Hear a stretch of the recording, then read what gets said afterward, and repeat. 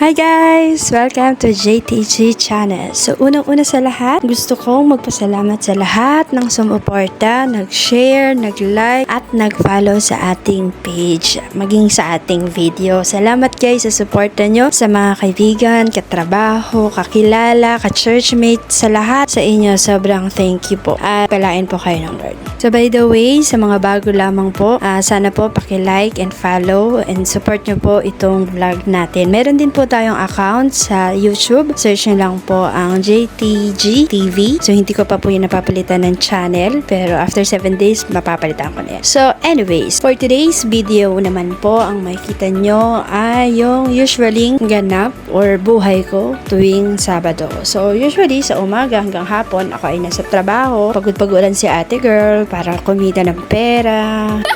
And then sa afternoon or sa gabi, dumediretso po ako sa church para sa aming music team practice or rehearsal. So makikita nyo naman po na may mga kabanda ko. So meron kaming keyboardist, may bassist, may drummer, may gitara, may backup, and may tech team. So, unang-una sa lahat, sobrang saludo ako sa mga taong ito kasi kung makikita nyo, iba-iba yung age nila, iba-iba din yung kwento ng buhay nila, iba-iba din yung mga ganap nila sa buhay. Yung iba sa kanila may mga trabaho na gusto na sana magpahinga sa gabi, yung iba mga estudyante na may nahapit na mga activity or assignment sa school na dapat nasa bahay na rin. Pero salamat sa Lord sa buhay ng mga taong ito kasi papatuloy silang maglingkod sa pamamagitan ng mga talento nila. Bagamat pagod, bagamat ang daming dapat gawin, pero inuuna nila yung ministry na kinumit nila sa Lord. So, blessed na blessed ako sa buhay ng mga taong ito.